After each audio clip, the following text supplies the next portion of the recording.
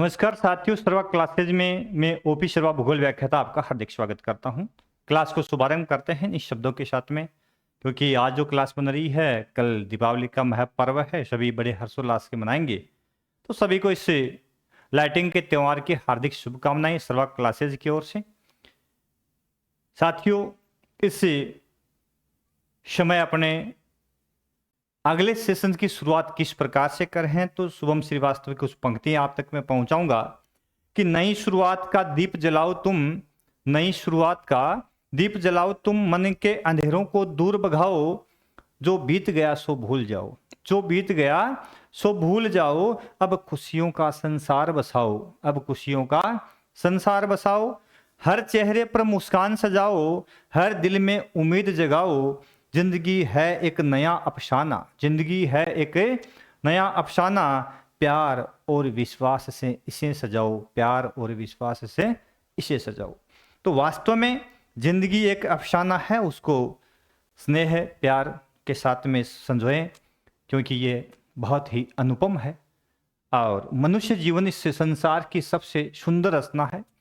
तो मैं मानता हूं कि इस जीवन को यदि अपन जिए तो बड़े हर्षोल्लास के साथ में, एक उद्देश्य के साथ में, एक सफल जीवन के रूप में इसको जिए, तब ही अपन और आने वाली पीढ़ियां जो है हमें याद रखेगी और अपना जीवन सार्थक होगा। इन्हीं शब्दों के साथ में अपनी क्लास शुरू कर देते हैं, जो क्लास अपने शुरू कर रखी है। मेरे कक्षा 12 के विद्यार्थियों के लिए सर्वा क्लासेज ने एनसीईआरटी सिलेबस शुरू कर रखा है। अपनी बुक भारत लोक व अर्थव्यवस्था वाली चल रही है, उसका चैप्टर 5वां है जिसका नाम खनिज और ऊर्जा संसाधन है। उसमें साथियों पार्ट 3 अपन देखेंगे, इसका तीसरा पार्ट आज अपन देखने वाले हैं।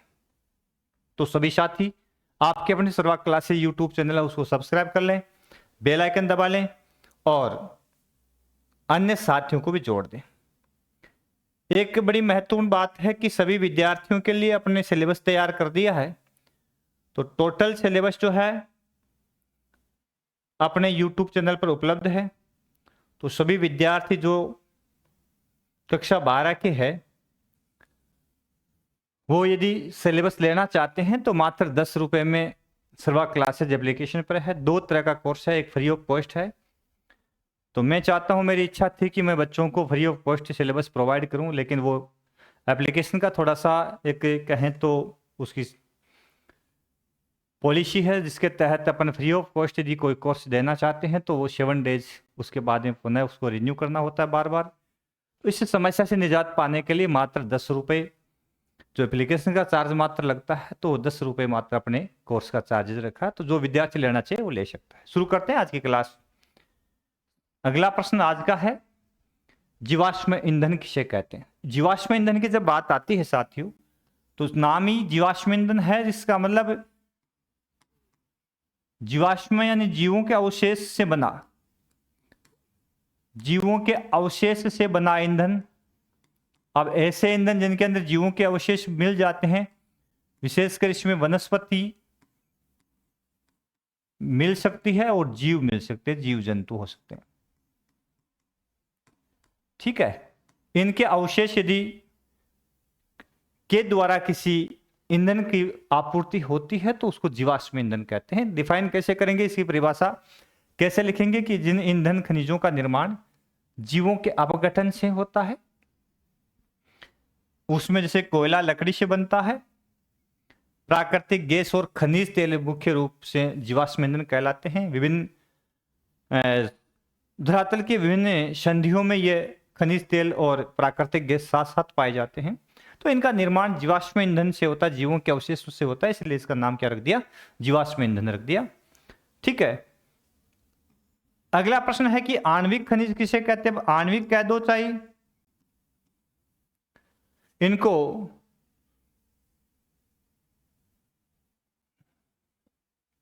परमाणु खनिज कह दो, एक ही बात है। तो जिन खनिजों में से आणविक ऊर्जा की प्राप्ति होती है उनको आणविक खनिज कहा जाता है, जैसे कि यूरेनियम और थोरियम।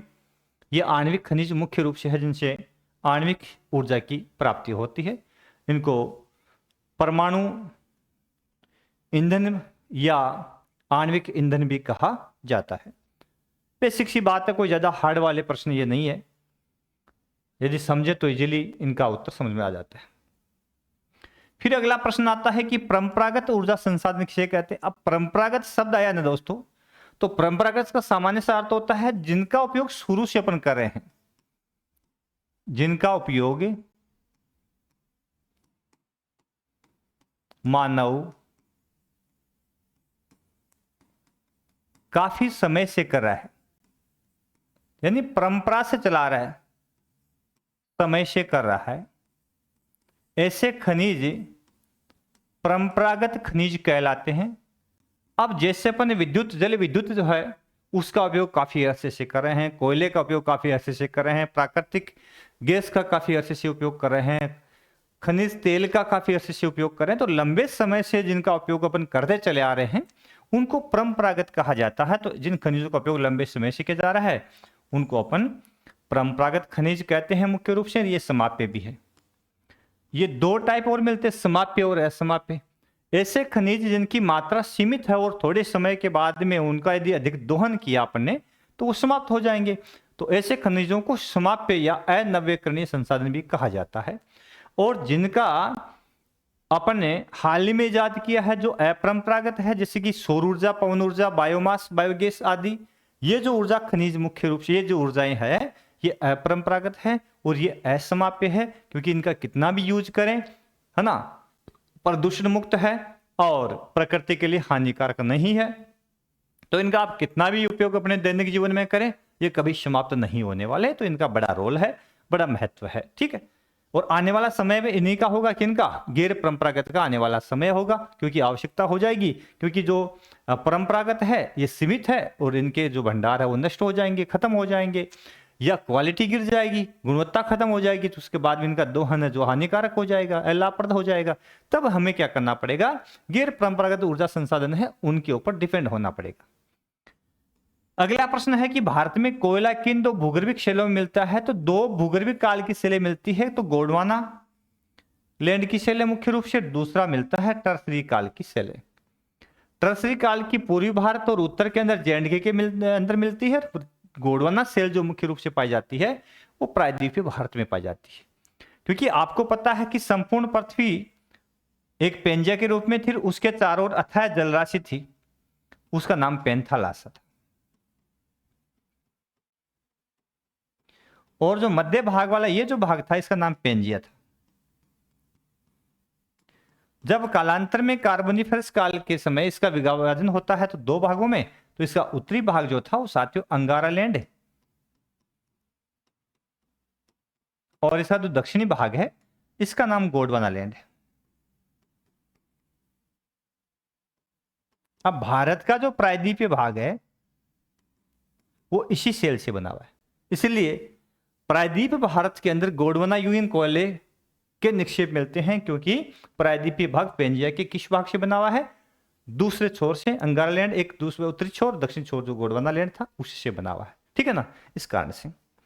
फिर अगला प्रश्न है, यहाँ पे देखो, समझ में आ गया होगा, नहीं आता तो कमेंट करके कमेंट में आप पूछ सकते हैं, जरूर आपके जो प्रश्न है उसका उत्तर मिलेगा। भारत में सर्वाधिक कोयला निक्षेप किस प्रकार का है। तो भारत में बिटुमिनस प्रकार का कोयला है। अब कोयले के चार टाइप होते हैं मुख्य रूप से। एक तो होता है एंथ्रेसाइट, सबसे टॉप का क्वालिटी एंथ्रेसाइट होता है, ये सबसे टॉप क्वालिटी का कोयला होता है, ठीक है। दूसरा होता है बिटुमिनस जो भारत के अंदर भरपूर मात्रा में है, एंथ्रेसाइट सेकंड। तीसरा होता है लिग्नाइट जिसको भूरा कोयला भी कहते हैं, और चौथा होता है पीट। इस प्रकार से चार प्रकार के कोयले के टाइप मिलते हैं। तो इसमें एंथ्रेसाइट सबसे टॉप क्वालिटी का होता है, इसके अंदर ऊर्जा जो होती है वो लगभग 80% से भी अधिक ऊर्जा मिलती है, राख इसमें बहुत कम निकलती है। बिटुमिनस सेकंड प्रकार का जिससे 60 से 70% के आसपास में ऊर्जा मिलती है, 30 से 40% के आसपास में उसमें राख निकलती है। लिग्नाइट जो भूरा कोयला होता है मुख्य रूप से, इस लिग्नाइट कोयले के अंदर ये तृतीय कैटेगरी का है, 40 से 50% के पास में इसमें ऊर्जा मिलती है। और पीट कोयला होता है जिसको आर्द्र कोयला भी कहा जाता है, नम कोयला भी होता है, मुख्य रूप से इसमें ऊर्जा बहुत कम मिलती है, जो अधिक लाभदायक नहीं है, इसका दोहन हानिकारक होता है।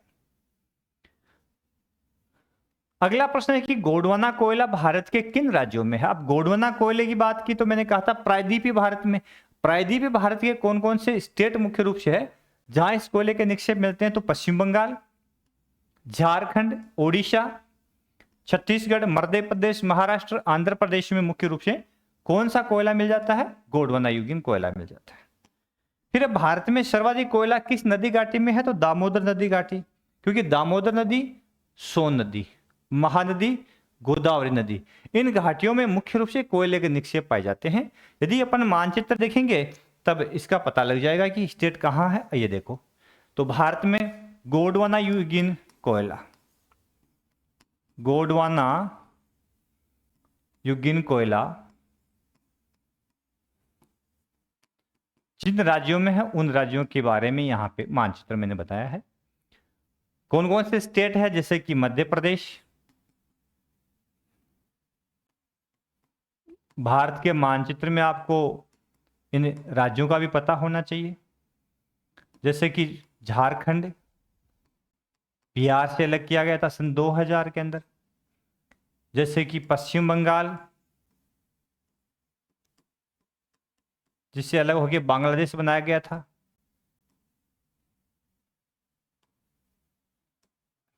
जैसे कि ओडिशा, पहले उड़ीसा होता था। जैसे कि आंध्र प्रदेश जिसे अलग करके तेलंगाना स्टेट बनाया था। और जैसे कि महाराष्ट्र, मुंबई और गुजरात, जो मुंबई था पहले, गुजरात इससे अलग किया गया। और जैसे कि छत्तीसगढ़,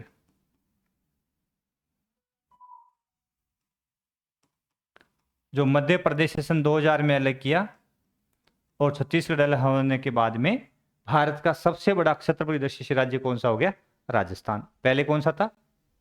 मध्य प्रदेश। ठीक है ना। सन 2000 में जैसे छत्तीसगढ़ अलग स्टेट हो गया तो मध्य प्रदेश का जो क्षेत्रफल में आकार है वो छोटा हो गया। और सबसे बड़ा कौन सा हो गया? अपन राजस्थान, अपनो रंगीलो राजस्थान, ये वाला।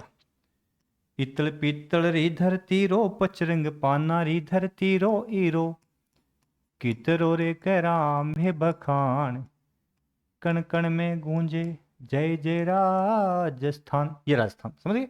तो इस राजस्थान का क्षेत्रफल सन 2000 के बाद में सबसे बड़ा हो गया। और सबसे बड़ा स्टेट भारत का क्षेत्रफल दृष्टि से 3,42,239 वर्ग किलोमीटर इसका एरिया है। बड़े राज्य के रूप में है। सबसे छोटा गोवा रह गया। क्षेत्र में सबसे छोटा कौन सा है? गोवा। ठीक है, चलो। तो ये स्टेट है जहां पर गोंडवाना युगीन कोयला मिलता है। तो मध्य प्रदेश, कौन सा? ये मध्य प्रदेश, छत्तीसगढ़, महाराष्ट्र, आंध्र प्रदेश, ओडिशा, पश्चिम बंगाल, झारखंड। ठीक है, ये स्टेट आ गए। अब पूछ ले कि ट्रस्ट युगीन कोयला कहाँ मिलता है? आगे आएगा भी मुख्य रूप से इसका भी। तो ट्रस्ट युगीन के अंदर मुख्य रूप से कोयले के निक्षेप कहाँ मिलेंगे? तो ट्रस्ट युगीन कोयला असम, मेघालय, असम, अरुणाचल प्रदेश, मेघालय, 3 स्टेट तो यहां हो जाएंगे मुख्य रूप से। और जम्मू कश्मीर, JNK, इन 4 भागों में ट्रस्ट युगीन कोयले के निक्षेप आ जाते हैं। एक आता भूरा कोयला लिग्नाइट कहाँ कहाँ मिलता है? तो राजस्थान के अंदर पलाना बीकानेर के अंदर है ना। और बरसिंगसर 2 जगह आती है वैसे यहाँ। और एक बाड़मेर के अंदर मुख्य रूप से लिग्नाइट के निक्षेप पाए जाते हैं। कुछ मात्रा में आंध्र प्रदेश में भी मिल जाता है। देखते हैं आगे। चलो अब देखो, अगला प्रश्न पूछ लिया है साथियों। क्या पूछा कि भारत का सबसे बड़ा कोयला क्षेत्र, तो कोयला क्षेत्र सबसे बड़ा कौन सा है? झरिया, जो झारखंड के अंदर है। किस स्टेट में है? झारखंड के अंदर। और दूसरा स्थान रानीगंज का आता है, जो कहां है? पश्चिम बंगाल में। तो सबसे बड़ा कोयला क्षेत्र झरिया जो झारखंड में है, और दूसरा रानीगंज जो कहां पे है? पश्चिम बंगाल के अंदर। याद रख लीजिएगा। फिर झारखंड बंगाल के प्रमुख कोयला क्षेत्र, ये पट्टी है झारखंड बंगाल पट्टी जो है, उसमें कोयला के प्रमुख क्षेत्र कौन कौन से हैं? तो रानीगंज ये तो पश्चिम बंगाल का है। झरिया, बोकारो, गिरिडीह और करणपुरा ये कहां के हैं? झारखंड के है। ठीक है, ये 4 झारखंड के हैं, ये एक पश्चिम बंगाल का है। तो ये चारों झारखंड के हैं, याद रख लीजिएगा। उसके बाद में पूछा है कि भारत में गोंडवाना कोयला क्षेत्र किन राज्यों में है? तो मध्य प्रदेश, सिंगरौली महत्वपूर्ण कोयला क्षेत्र है। इसके भारत में गोंडवाना कोयला क्षेत्र किन राज्यों में है? तो मध्य प्रदेश आ गया, अभी नाम तो सभी के आए थे ना, मध्य प्रदेश आ गया, उसमें छत्तीसगढ़ आ गया, पश्चिम बंगाल आ गया, झारखंड आ गया, महाराष्ट्र आ गया और आंध्र प्रदेश, ओडिशा आ गया। ठीक है, ये स्टेट है। तो मध्य प्रदेश का सिंगरौली और सिंगरेनी, सिंगरेनी आता है वो तो है पहले आंध्र प्रदेश में था, अब हो गया तेलंगाना में। तो सिंगरेनी कोयला क्षेत्र और सिंगरौली कोयला क्षेत्र दोनों में डिफरेंस है, याद रख लीजिएगा। सिंगरौली जो शब्द है वो मध्य प्रदेश का है। यदि इस प्रकार से लिखा है सिंगरौली पूछ ले मानचित्र में, तब आपको एमपी भरना है। और यदि सिंगरेनी पूछ ले, सिंगरौली और रेनी में फर्क है, तो तब आपको तेलंगाना करना है। ठीक है, ये ध्यान रखना है, दोनों में यही डिफरेंस है मुख्य रूप से, सिंगरौली और सिंगरेनी के अंदर। ठीक है ना, चलो आगे। फिर इसके अलावा छत्तीसगढ़ का कोरबा, ओडिशा में तलचर और रामपुर है। ओडिशा के तलचर रामपुर दो है, कोरबा है जो छत्तीसगढ़ का है, और महाराष्ट्र के अंदर चांदावरदा है, कांपटी है, बांदेर है, तेलंगाना के अंदर सिंगरेनी आ गया, और आंध्र प्रदेश का पांडुर है। आंध्र प्रदेश का पांडुर का है आंध्र प्रदेश में, याद रखिएगा इसको भी। ठीक है, मानचित्र में देखेंगे याद हो जाएगा आप। अब प्रमुख स्टेट के, तो यहां 3 स्टेट जो है इसके कोयला क्षेत्र दे रखे हैं, मुख्य रूप से कोयला क्षेत्र, और जो गोंडवाना युगीन कोयला है वो दे रखे हैं, याद रखिएगा। सिंगरेनी मैंने कहा था मध्य प्रदेश का है। ठीक है, पश्चिम बंगाल का रानीगंज जो दूसरा सबसे बड़ा कोयला क्षेत्र है भारत का। ठीक है, यह पश्चिम बंगाल स्टेट है। पश्चिम बंगाल के पास में बिहार से अलग किया गया था, तो इसका नाम झारखंड है। तो झारखंड जो स्टेट है उसके कोयला क्षेत्र झरिया भारत का सबसे बड़ा है। भारत का सबसे बड़ा कोयला क्षेत्र है झरिया, जो कहां पे है? झारखंड में। बोकारो झारखंड में, गिरिडीह है झारखंड में, और कर्णपुरा झारखंड में। ये 4 झारखंड के अंदर, मानचित्र में पूछ ले तो सही से उत्तर देना कौन कौन से हैं। झरिया, बोकारो, गिरिडीह और कर्णपुरा झारखंड के अंदर है। रानीगंज पश्चिम बंगाल में भरना है। सिंगरौली यदि आ जाए तो आपको कहां भरना है? मध्य प्रदेश में भरना है। और कोरबा आ जाए तो छत्तीसगढ़ के अंदर भरना है। ये छत्तीसगढ़ स्टेट है और इसमें कोरबा, समझिए, याद रह जाएगा, रह जाएगा। फिर कुछ अन्य है जैसे महाराष्ट्र वाले, वो और देख लेते हैं। मानचित्र महाराष्ट्र के कोयला क्षेत्र मैंने डाले तो थे, झारखंड, चलो ये आ गए। अब देखो महाराष्ट्र वगैरह के मानचित्र, उसमें महाराष्ट्र के अंदर, ये महाराष्ट्र स्टेट है जो पहले मुंबई था प्रारंभ में। तो महाराष्ट्र जो स्टेट है मराठी भाषा बहुल इलाका है। इसका जब विभाजन हुआ तो जो गुजराती बोलने वाले थे उसके लिए गुजरात अलग से स्टेट कर दिया। तो इसमें 3 स्थान है, चांदावरदा, कांपटी और बांदेर। चांदावरदा, कांपटी और बांदेर 3 प्रमुख केंद्र है जो महाराष्ट्र के अंदर किसके है? कोयला के क्षेत्र है। यह तेलंगाना, आंध्र प्रदेश स्टेट से अलग किया गया था तेलंगाना, और तेलंगाना जो है उसके अंदर सिंगरौली, कौन सा है? सिंगरौली। तो ये सिंगरेनी, सिंगरौली जो है वो तो है अपने मध्य प्रदेश में, और सिंगरेनी जो है तेलंगाना में। ठीक है, याद रख लीजिएगा। आंध्र प्रदेश का पांडुर, ठीक है, ओडिशा में तलचर और रामपुर, और पश्चिम बंगाल का रानीगंज। ये प्रमुख कोयला के क्षेत्र है। शायद मानचित्र से आपको इजीली याद हो भी जाएगा। फिर है अगला प्रश्न, देखिए, भारत में टर्सरी युगीन कोयला के क्षेत्र कहां कहां पाए जाते हैं?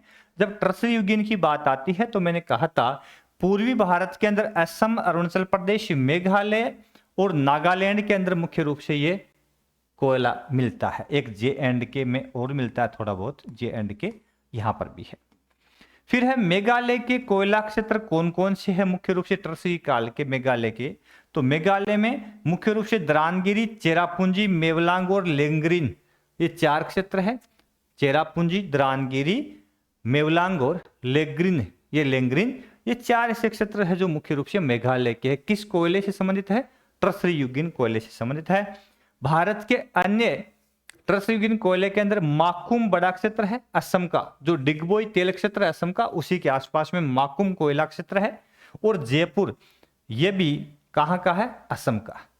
नजीरा ये भी असम का, जयपुर नजीरा। फिर है नामचिक नामफुक, ये मुख्य रूप से अरुणाचल प्रदेश में है। चीन से मिलता जुलता सा नाम है ना, पड़ोसी होने के कारण। नामचिक नामफुक है तो ये अरुणाचल प्रदेश में है।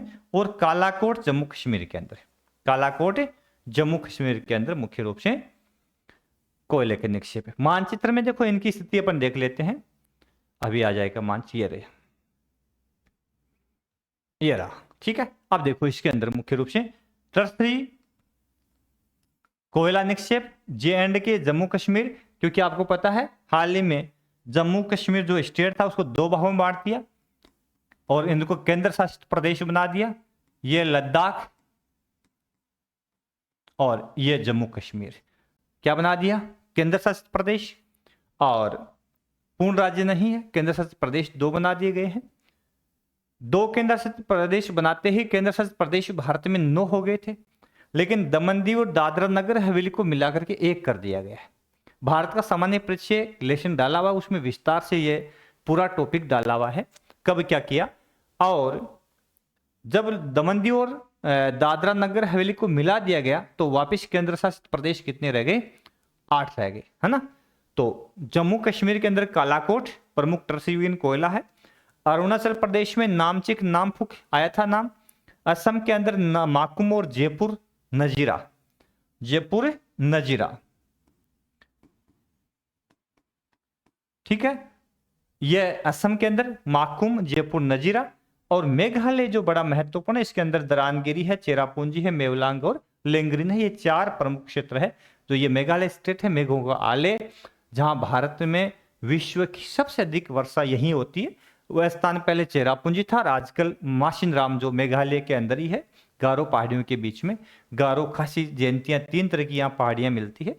भारत भौतिक पर्यावरण विस्तार से पढ़ा दिया गया, उसमें विस्तार से ये क्लास मैंने डाल दी है। तो खासी पहाड़ियों में ये माशिनराम और चेरापूंजी, जहां सबसे अधिक विश्व की वर्षा 1100 सेंटीमीटर वार्षिक से भी अधिक होती है, 1080 से ऊपर बताया जाता है लगभग, ठीक है ना। तो ये है। अब देखो आगे, फिर अगला पूछा है कि भारत में लिग्नाइट है जिसको भूरा कोयला भी कहा जाता है, कहां का प्राप्त होता है। तो भूरे कोयले की बात आती है लिग्नाइट की, तो तमिलनाडु के तटीय भाग पांडिचेरी, गुजरात, जम्मू कश्मीर और पलाना राजस्थान के अंदर मुख्य रूप से पलाना बीकानेर में पाया जाता है। अब इसका मानचित्र भी अपन देखेंगे। तो मानचित्र में देखो ये बीकानेर राजस्थान, अपना राजस्थान का पलाना क्षेत्र, जहां मुख्य रूप से लिग्नाइट कोयला प्राप्त होता है। एक बरसिंगसर और है बीकानेर के पास में, यहां पे एक बरसिंगसर, ये आप पढ़ोगे मुख्य रूप से राजस्थान का टॉपिक ज्योग्राफी का अपन ने डाल दिया है, तो सभी टॉपिक आपको मिल जाएंगे विस्तार से। फिर गुजरात में भी लिग्नाइट कोयले के निक्षेप है और तमिलनाडु में भी लिग्नाइट कोयले के निक्षेप है। यहाँ लिग्नाइट कोयले के कारण ही तमिलनाडु के अंदर एक लोह इस्पात संयंत्र लगा हुआ है, आपको पता हो तो, और जिसका नाम है सेलम। सेलम या स्लेम भी आता है, एक ही बात है, कहीं स्लेम लिखा आता है कहीं सेलम। तो मुख्य रूप से ये सेलम लोह इस्पात संयंत्र है तमिलनाडु के अंदर, ठीक है ना। तो लिग्नाइट कोयला कहाँ का मिलता है, तो जे के राजस्थान में पलाना और बरसिंगसर, बीकानेर, गुजरात और तमिलनाडु में या नेवेली, जगह का नाम क्या है, नेवेली। या लिग्नाइट कोयले के निक्षेप पर सेलम क्या है, लोह इस्पात संयंत्र है, यहाँ पे लोह इस्पात कारखाना, ठीक है, याद रख लेना, आसानी से बढ़ाई जाइए, कोई ज्यादा हार्ड नहीं है। चलो आगे देखो, ये तो हो गया। चलो 51वां प्रश्न देखो, कच्चा पेट्रोल किस रूप में प्राप्त होता है, तो यह द्रव या गैसीय अवस्था में मिलता है, जो हाइड्रोकार्बन से युक्त होता है तथा इसकी रासायनिक संरचना, रंग और विशिष्ट घनत्व में भिन्नता पाई जाती है, ठीक है ना। कच्चा पेट्रोल हाइड्रोकार्बन से युक्त होता है, जिसकी रासायनिक संरचना अलग होती है, रंग, गंध और विशिष्ट घनत्व होता है जो वो उसका भिन्न भिन्न होता है। ठीक है ना, याद रख लीजिएगा। उसके बाद में 52 अगला प्रश्न बनता है यहाँ पे कि पेट्रोलियम के प्रमुख उपयोग बताओ। तो इसका उपयोग मोटर वाहनों में ईंधन के रूप में, रेलवे वायुयानों में ईंधन के रूप में होता है। बस ईंधन का ही रूप में ही उपयोग है। कहीं ना कहीं किसी कल कारखाने के अंदर ये स्नेहक के रूप में भी काम में आ जाता है। इसके अनेक सह उत्पाद जैसे पेट्रो रसायन रिफाइनरी जो भी है भारत के अंदर, उसके आसपास में सह उत्पाद जो इसके निकलते हैं, तो उसी से संबंधित कारखाने जो है उनको पेट्रो रसायन उद्योग ही कहा जाता है। उनकी स्थापना होती है। जैसे कि इसमें उर्वरक बनते हैं, रासायनिक उर्वरक जितने भी बनते हैं, डीएपी है, फास्फोरस वगैरह है ना, जैसे यूरिया वगैरह है, तो कई उत्पाद उससे काम में लेते हैं। कृत्रिम रबड़ बनता है जिसके 4 धागे बनते हैं कृत्रिम रबड़ के यहाँ पे मुख्य रूप से, जिसको पॉलिस्टर, नायलॉन, एक्रिलिक और रेयान जो आते हैं, ये चारों धागे मुख्य रूप से कौन से, पेट्रो रसायन के तहत निकला हुआ जो तंतु है उससे बनते हैं, है ना। ये रेशे बनते हैं, रबड़ बनता है, दवाइयां बनती है, वेस्लिन बनती है, स्नेहक बनता है, मोम बनता है, साबुन और अन्य सौंदर्य प्रसाधन की सामग्रियां जो है इससे बनती है। ये सब कारखाने होते हैं। इन सभी कारखाने जो पेट्रोलियम सह उत्पादों को काम में लेते हैं उनको पेट्रो रसायन उद्योग कहा जाता है। प्रश्न इस प्रकार से भी आ जाता है कि पेट्रो रसायन उद्योग किसे कहते हैं, तो आप समझ गए होंगे। इस प्रकार से हमें लिख देना है, इजीली है, कोई ज्यादा हार्ड नहीं है। अगला देखो, फिर है कि पेट्रोल किन किन सेलों में पाया जाता है। तो अपरिष्कृत पेट्रोल ट्रस्री युग की सेलों में, किस काल की सेलों में मिलता है, ट्रस्री युग की कौन सी औषधि सेलों में पाया जाता है, परतदार सेलों में। सेलें 3 प्रकार की होती है, एक तो कायांत्रित, एक औषधि और एक आग्नेय। जो लावा के निक्षेप से बनी सेल होती है वो आग्नेय होती है। औषधि अपरदन से प्राप्त विभिन्न परतों के जमाव से बनती परतदार सेलें भी कहा जाता है। और कायांत्रित ये तापदाब परिवर्तन से, रूप परिवर्तन से बनती है, इनको कायांत्रित सेलें कहते हैं। विस्तार से क्लास डाली हुई है, आप देख लेना। देखो मैंने बहुत क्लासें डाल रखी है साथियों, और ये सब बातें मैंने डाल रखी है, लेकिन यदि कोई पढ़े तो मालूम हो ना क्या क्या डाल रखा है। बड़ी शानदार क्लासें डाल रखी है।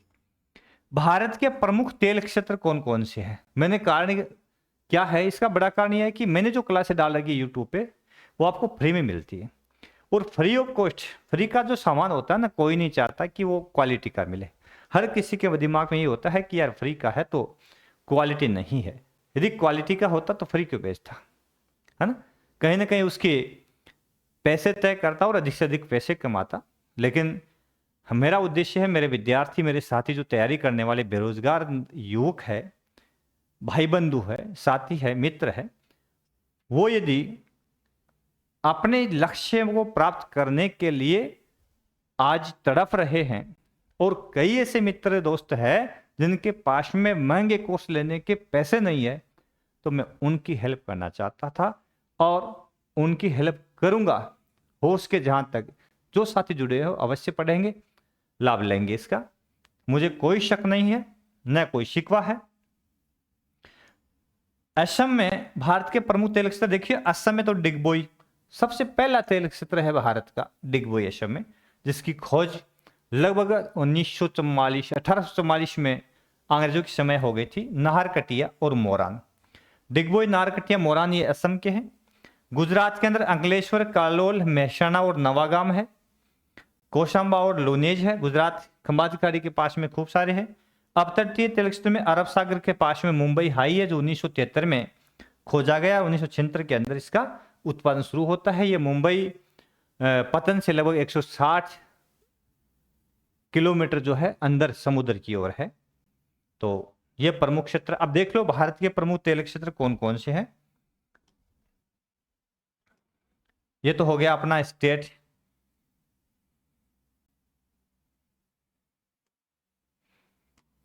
असम, करिया सिमाने भले टिक जाओ, ये हो गया अपना गुजरात स्टेट, मेहसाणा, कलोल और वगैरह सब आ जाएंगे इसमें। और इसको कैसे बोल सकते हैं भाई, अपना राजस्थान स्टेट, ठीक है। यहां तेल के प्रमुख क्षेत्र है। अब देखो यहां पे सबसे पहले असम में चलते हैं। तो असम के अंदर मुख्य रूप से सबसे पहला तेल क्षेत्र यहीं से प्राप्त हुआ था, जिसका नाम है डिगबोई। पूर्वी असम में है, यहां मुख्य रूप से डिगबोई है, मोरान है,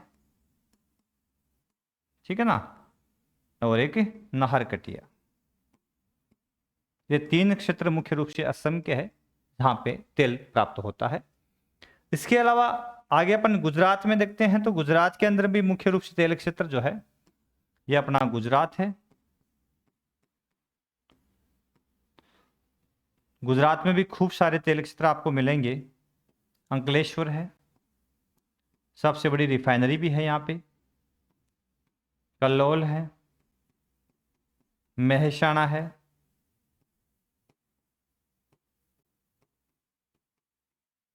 और कौन कौन से है?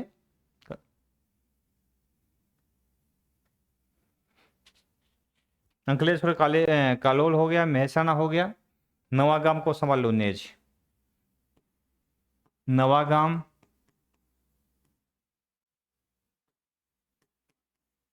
कोसावा और लूनेज। तो इनके बारे में पूछ ले कि दर्शाइए मानचित्र में, तो ये सारे सारे आप कहाँ दर्शाओगे? गुजरात के अंदर, यानी ये सभी कहाँ मिलेंगे आपको? गुजरात के अंदर। तो यहाँ इनको दर्शाना मुख्य रूप से, इसी भाग में ये तेल क्षेत्र आपको मिलेंगे। कुछ राजस्थान के अंदर भी तेल प्राप्त हुआ है। तो राजस्थान में तेल क्षेत्र कहाँ है?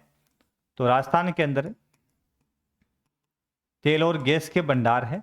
तो यहां अपना जो जिला है बाड़मेर, उस बाड़मेर के अंदर तेल प्राप्त हुआ है। और जैसलमेर, जैसलमेर के अंदर गैस मिली है, ठीक है ना, याद रख लीजिएगा। जैसलमेर के अंदर गैस प्राप्त हुई है, बाड़मेर में तेल क्षेत्र प्राप्त हुआ। तो राजस्थान में भी कुछ तेल है, पश्चिमी राजस्थान में प्राप्त हुआ है, याद रखिएगा। तो मानचित्र में कौन कौन से क्षेत्र दर्शाए हैं? तो डिगबोई, मोरान, नारकटिया असम के हो गए, और अंकलेश्वर, कल्लोल, मेहसाणा, नवागाम, कोसंबा, लूनेज है वो गुजरात के हो गए, और बाड़मेर, जैसलमेर अपने राजस्थान के हो ही गए जहां पे तेल की खोज हुई है। अब चलते हैं आगे।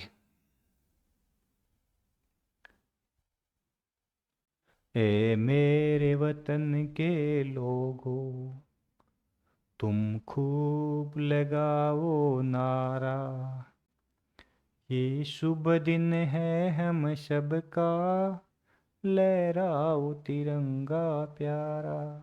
ठीक है, अगला देखिए, भारत में परमाणु तेल शोधन कारखाने कितने प्रकार के होते हैं? तो परमाणु तेल शोधन कारखाने मुख्य रूप से दो प्रकार के होते हैं। जो रिफाइनरी लगती है वो टू टाइप से लगती है।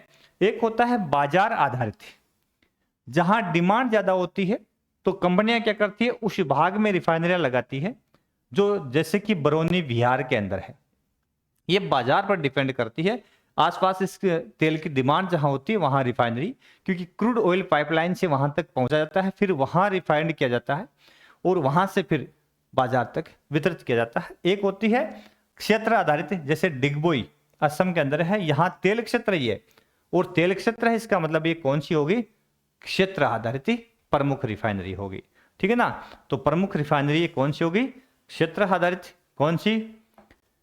डिगबोई वाली। और बाजार आधारित कौन सी होगी? अपनी बरौनी बिहार वाली। प्रमुख रिफाइनरियां भारत के अंदर कौन कौन सी है आपके मानचित्र में? एक मिनट में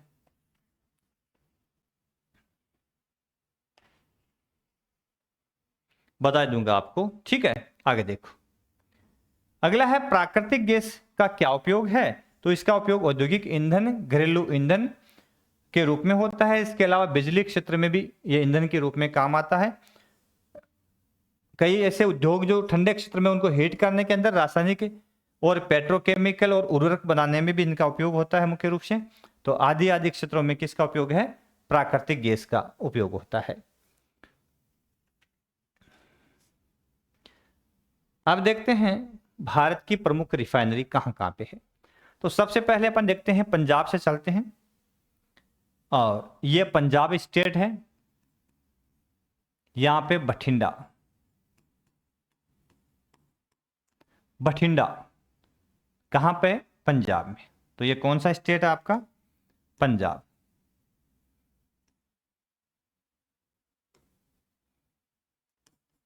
याद रख लीजिएगा, पंजाब। ठीक है। उसके बाद में अगला है, हरियाणा के अंदर पहुंचते यहां पे एक रिफाइनरी जिसका नाम है पानीपत। ठीक है, पानीपत। ये कहां पे है? हरियाणा। ये हरियाणा है। उसके बाद में अगला जो ये भाग आता उत्तर प्रदेश का, तो उत्तर प्रदेश के अंदर मुख्य रूप से रिफाइनरी यहां कौन सी है? यूपी, और इसमें मथुरा। कौन सी है? मथुरा।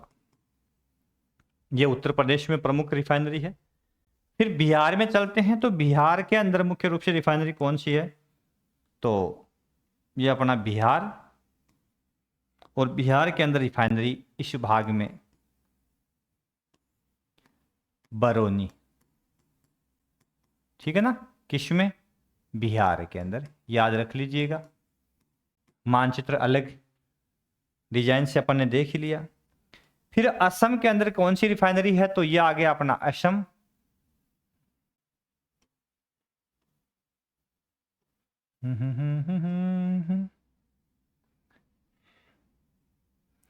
ये आ गया अपना असम।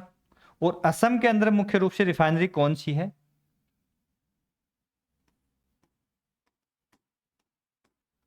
तो आपको पता है डिगबोई, यह असम की प्रमुख रिफाइनरी है, डिगबोई। ठीक है ना। और अभी फर्स्ट ग्रेड के अंदर यह प्रश्न पूछा गया था, क्रम पूछ लिया गया था, तो डिगबोई, तो यहां पे ये डिगबोई है। ठीक है, ये वाली। उसके बाद में यहां एक रिफाइनरी है जिसका नाम है नुमालीगढ़। ठीक है ना। और दो मानचित्र में देखते हैं अपन, गुवाहाटी और बोगईगांव, यही चार पूछते हैं, है ना। इनका क्रम पूछ लिया था। यहां पे असम की है गुवाहाटी, और यहां पे है बोगईगांव। तो इनका क्रम पूछा कि पूर्व से पश्चिम क्रम बताइए। तो याद रख लीजिएगा, सबसे पहले यहां पे है डिगबोई, 2 नंबर पे है नुमालीगढ़, 3 नंबर पे पूर्व से पश्चिम चलते हैं तो गुवाहाटी, 4 नंबर पे बोगईगांव। 4 प्रमुख रिफाइनरियां यहां पे है। फिर यहां चलते हैं पश्चिम बंगाल के अंदर, तो पश्चिम बंगाल में यहां मुख्य रूप से रिफाइनरी है, वो कौन सी है? इस भाग में यहां पे हल्दिया, प्रमुख पतन भी है और रिफाइनरी भी है, हल्दिया, पश्चिम बंगाल। ठीक है। उसके बाद में पारादीप, प्रमुख पतन भी है, और ओडिशा के अंदर यह अपना ओडिशा, और इसके अंदर यहां प्रमुख पतन भी है और साथियों रिफाइनरी भी है यहां पे पारादीप।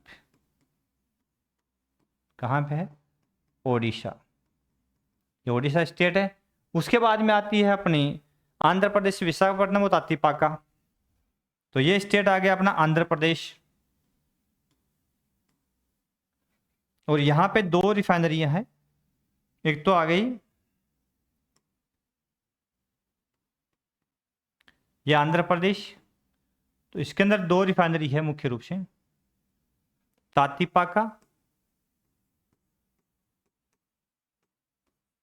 और एक कौन सी हो गई? विशाखापट्टनम, है ना, विशाखापट्टनम। फिर आगे चलेंगे तो अपना आ गया चेन्नई, ये तमिलनाडु। तो तमिलनाडु के अंदर मुख्य रूप से यहां रिफाइनरी कौन सी हो जाएगी? ये तमिलनाडु, तो यहां चेन्नई। ठीक है ना, यहां पे। तो स्टेट कौन सा हो गया? तमिलनाडु। याद रख लीजिएगा, ये तमिलनाडु हो जाएगा। ठीक है। और चेन्नई के पास में यहां पे एक और नागपट्टनम, नागपट्टिनम, ये भी कहां पे? तमिलनाडु के अंदर। ठीक है। फिर अपन कर्नाटका पहुंचते हैं, तो यहां पे कर्नाटका, यहां पे मंगलुरु, मंगलुरु कर्नाटका के अंदर प्रमुख रिफाइनरी है। फिर अपनी यहां मुंबई आई गई, मुंबई, यहां रिफाइनरी है। और उसके बाद में आ गई अपनी गुजरात, कोयली, जामनगर। गुजरात में यहाँ है, ये गुजरात स्टेट है तो यहाँ पे है कोयली, और एक होगी यहाँ की गुजरात की जामनगर, और हाँ जामनगर, यहाँ ये जामनगर गुजरात की यहाँ हो गई, और एक यहाँ पे हो रहा वाडीनार है ना, सही है वाडीनार। चलो ये प्रमुख रिफाइनरी याद रख लीजिएगा। मानचित्र में कहाँ कहाँ इनकी अवस्थिति है तो सभी मैंने क्रम से भरने का प्रयास किया है, तो आप भी देख लेना। ये गुजरात स्टेट आ गया और इसकी प्रमुख रिफाइनरी बता दी गई है। उसके बाद में ये स्टेट आ गया अपना महाराष्ट्र। इसके बाद में ये स्टेट आ गया अपना तेलंगाना, ये आ गया अपना तमिल कर्नाटका, तो ये कर्नाटक, तो यहाँ की मंगलुरु, ठीक है ना, ये भी याद रख लेना आराम से, ये मंगलुरु कर्नाटक की है। जामनगर, वाडीनार और मुंबई कोयली ये गुजरात की है। और मध्य प्रदेश ये रह गया मध्य प्रदेश। मध्य प्रदेश में एक है बीना, बीना मध्य प्रदेश की प्रमुख रिफाइनरी है, तो उसको अपन ब्लू कलर से दिखा देते हैं और वाइट से यहाँ पे इसको इंडिकेट कर देते हैं। मध्य प्रदेश के अंदर बीना, ये रिफाइनरी बीना, ठीक है, मध्य प्रदेश। कई बार पूछ लेते हैं कि मुंबई हाई तेल क्षेत्र कहाँ है, अपतटीय तेल क्षेत्र जो है वो भी, तो ये प्रमुख रिफाइनरी आ गई है, भारत की प्रमुख रिफाइनरी, भारत की प्रमुख रिफाइनरियां कह दो, चाहे तेल शोधनशालाएं, तेल शोधनशालाएं, समझ गए, तेल को शुद्ध करने की शालाएं यहां स्थित है, ठीक है। तो पंजाब बठिंडा से चले अपन, फिर हरियाणा में पानीपत आए, यूपी में मथुरा आए, बिहार में बरौनी आए, असम में काफी ज्यादा है क्योंकि सबसे पहला तेल क्षेत्र है जिसके अंदर डिगबोई, नुमालीगढ़, गुवाहाटी और बोगईगांव है।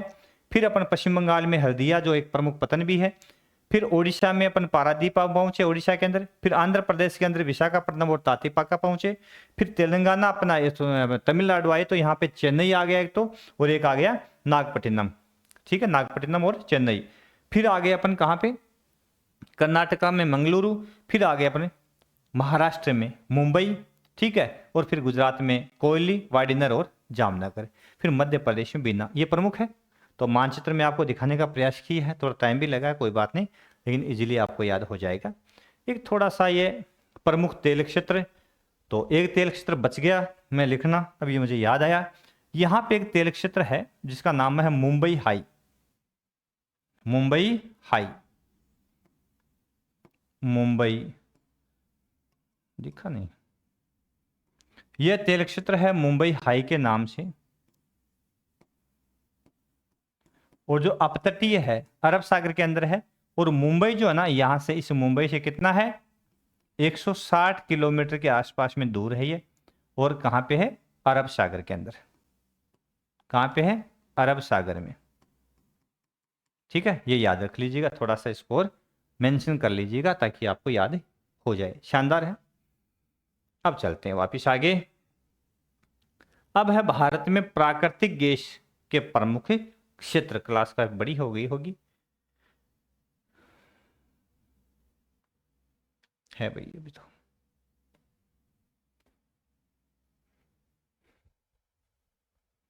कौन सा है 51। तो प्रमुख प्राकृतिक गैस के प्रमुख तेल क्षेत्र भारत में कौन कौन से है, ऊर्जा संरक्षण किसे कहते हैं, आदि आदि पहलुओं पर चर्चा अपन विस्तार से करेंगे अगले क्लास में। तो सभी साथी आपके अपने श्रवा क्लासेज यूट्यूब चैनल जो है उस यूट्यूब चैनल को प्लीज और प्लीज सब्सक्राइब अवश्य कर लें, एप्लीकेशन डाउनलोड कर लें, सर्वा क्लासेज के नाम से गूगल प्ले स्टोर पे है, और कक्षा 12 के विद्यार्थियों के लिए और लेब असिस्टेंट की तैयारी करने वाले विद्यार्थी, उनके सारा का सारा सिलेबस कक्षा 11 और 12 का ही है, तो वो भी विद्यार्थी और फर्स्ट ग्रेड की तैयारी करने वाले जो साथी है वो भी ये सिलेबस शानदार तरीके का सिलेबस वो पढ़ सकते हैं, आपके लिए बहुत ही फायदेमंद होगा। फिर मिलेंगे अगली क्लास में, तब तक के लिए नमस्कार, जय हिंद, धन्यवाद साथियों।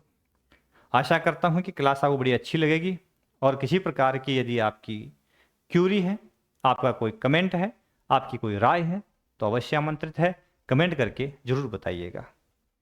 ठीक है साथियों, आप सभी को एक बार पुनः इसी रोशनी के पर्व की हार्दिक शुभकामनाएं, और आशा करता हूं कि आप सुस्वस्थ, ये पर्व आपको सुस्वास्थ्य प्रदान करेगा, खुशियां प्रदान करेगा, और आप जिस लक्ष्य के लिए आगे बढ़ रहे हैं उस लक्ष्य में सफलता दिलवाएगा। ठीक है साथियों, धन्यवाद।